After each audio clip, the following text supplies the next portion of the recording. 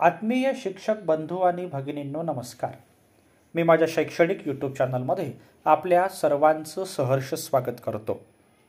आज आपण प्रशिक्षणाच्या संदर्भात एक महत्त्वाची बातमी समजून घेणार आहोत.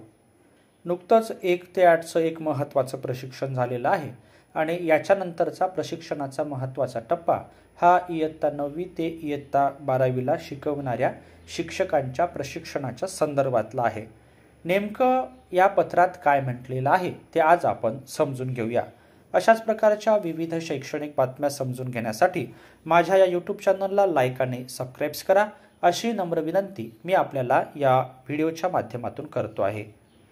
शालेय शिक्षण व क्रीडा विभागाच्या अंतर्गत राज्य शैक्षणिक संशोधन व प्रशिक्षण परिषद महाराष्ट्र पुणे यांचं हे दिनांक 17/2/2024 महत्त्वाचं पत्र आहे. हे पत्र माननीय विभागीय उपसंचालक, माननीय प्राचार्य जिल्हा शिक्षण व प्रशिक्षण संस्था, माननीय उपसंचालक प्रादेशिक विद्या प्राधिकरणे, माननीय शिक्षणाधिकारी माध्यमिक, माननीय शिक्षण निरीक्षक दक्षिण व उत्तर क्षेत्र, पश्चिम क्षेत्र सुद्धा मुंबई आणि माननीय प्रशासन अधिकारी आणि माननीय गट शिक्षणाधिकारी या शिक्षण विभागातील सर्व महत्त्वाच्या अधिकाऱ्यांना पाठविलेला आहे. या पत्राचा विषय आहे माध्यमिक व उच्च माध्यमिक शिक्षक क्षमता वृद्धी जिल्हास्तरीय प्रशिक्षण TOT आणि तालुकास्तरीय प्रशिक्षण आयोजन करताना घ्यावयाच्या दक्षतेबाबत आहे. आणि या अनुषंगाने काही महत्त्वाचे 4 संदर्भ आहेत, तेही आता लक्षात घ्या. आता आपण पत्रात काय महत्त्वाच्या सूचना आहेत ते जाणून घेऊया.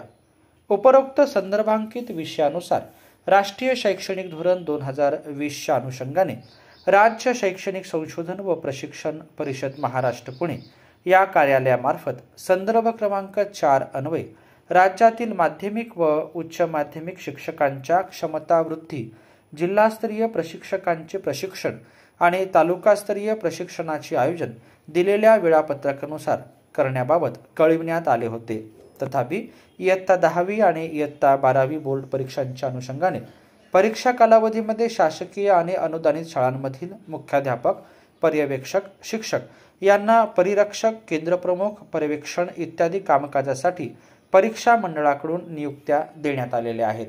सदर पार्श्वभूमीवर तालुकास्तरीय प्रशिक्षण वर्गाचं आयोजन करताना आणि प्रशिक्षणार्थी म्हणून आदेश देताना मुख्याध्यापक, पर्यवेक्षक आणि शिक्षक यांच्या सदर कामकाजाचा कालावधी लक्षात घेऊन प्रशिक्षण वर्गाचे आयोजन करावे.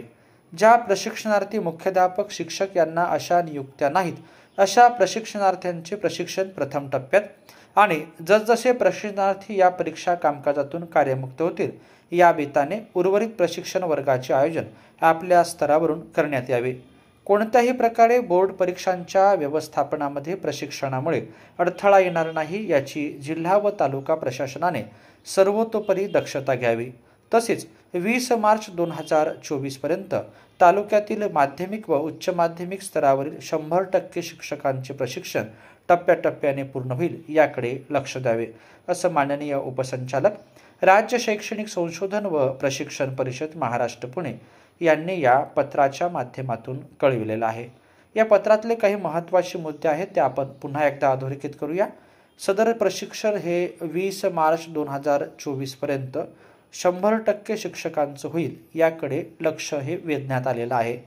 दुसरं म्हणजे 10वी आणि 12वीचे जे परीक्षा आहे त्या अनुषंगाने मुख्याध्यापक, पर्यवेक्षक आणि शिक्षक या तिघांसाठी सुद्धा महत्त्वाचा बदल जो आहे तो लक्षात घ्यायचा आहे. अर्थात प्राधान्य जे आहे ते बोर्ड परीक्षांना आहे आणि त्यासोबतच प्राधान्य हे या प्रशिक्षणाला आहे. अर्थात बोर्ड परीक्षाही सुरळीत व्हावी आणि परीक्षाच्या अनुषंगाने प्रशिक्षणही सुरळीत व्हावं अशी अपेक्षा या पत्राच्या माध्यमातून केलेली आहे. आपल्या सर्वांना या प्रशिक्षणासाठी आणि 10वी 12वीच्या परीक्षांच्या अनुषंगाने पर्यवेक्षणासाठी शुभेच्छा व्यक्त करतो आणि या ठिकाणी थांबतो. धन्यवाद.